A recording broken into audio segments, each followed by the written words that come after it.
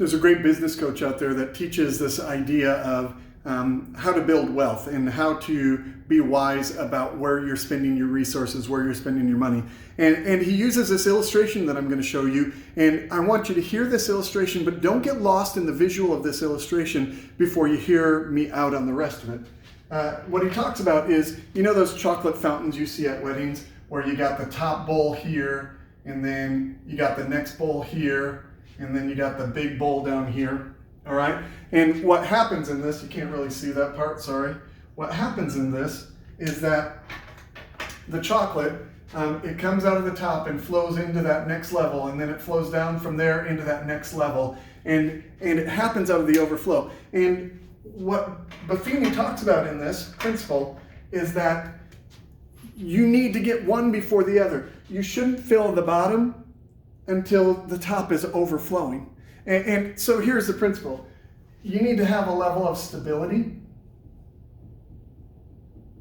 first.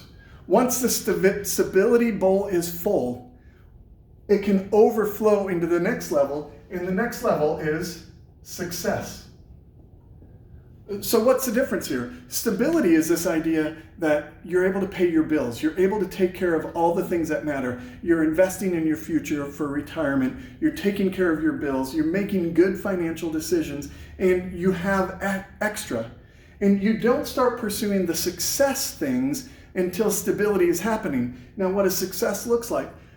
Success is maybe you want to get that nicer car. Maybe you've been driving a 2004 Ford Escort, and maybe you're thinking, you know what, it might be time to get that 2016, what's a good 2016 car?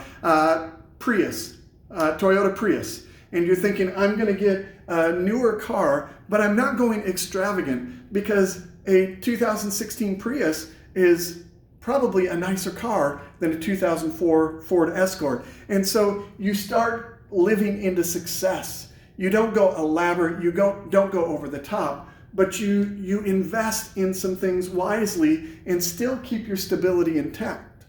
But when you continue to overflow and you have some things to go beyond success, then the next thing that you can build out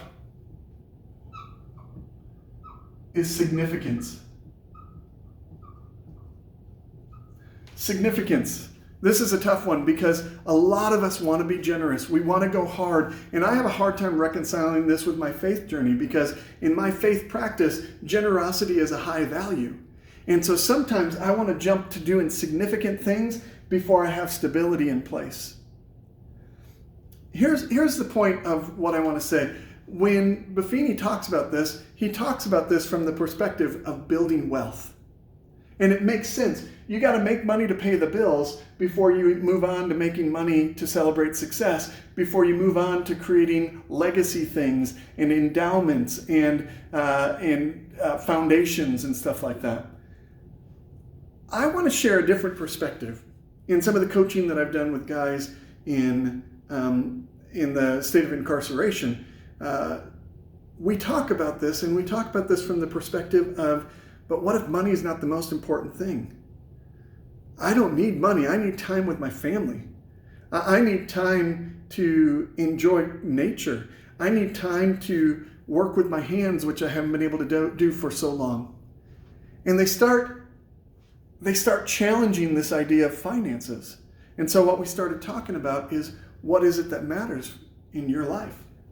Is it relationships? Is it relationships that you need to fill in this top bowl, and you need to have healthy relationships? And when your relationships are healthy, then you can expand that and you can share your life with other people and pour into those relationships. And then you can pour into other organizations and maybe start organizations that can invest in relationships. Maybe for you, it's mental health. If you're trying to do significant things and your own mental health is not solid, you're limiting your ability to have an impact. So maybe for you, you need to think through this of the fact that what matters to you is mental health. You need to have a clear mind. You need to have clear expectations. You need to have clear boundaries and clear dreams in your life. You need to not be so negative towards the world around you.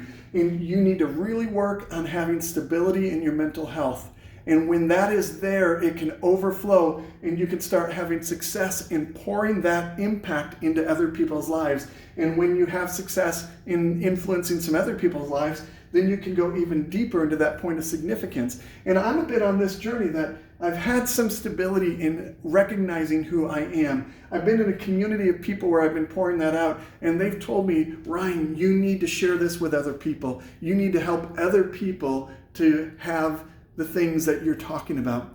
And so that's what I've done. I've launched into this because I just have this conviction that I can make an impact on people's lives. I can make an impact on people's mental health. I can make an impact on people's relationships and their marriages and their careers. What we're talking about by doing the circle building is an extraordinary thing because you get to build a community of people around you who can help remind you that, hey, you know what? You said you're all about that family relationship, but you just put 80 hours in last week and you didn't spend any time with your family. What's going on? And you've got people that are calling you on your stuff when you're stepping out of line with the dreams and the vision you have for your life.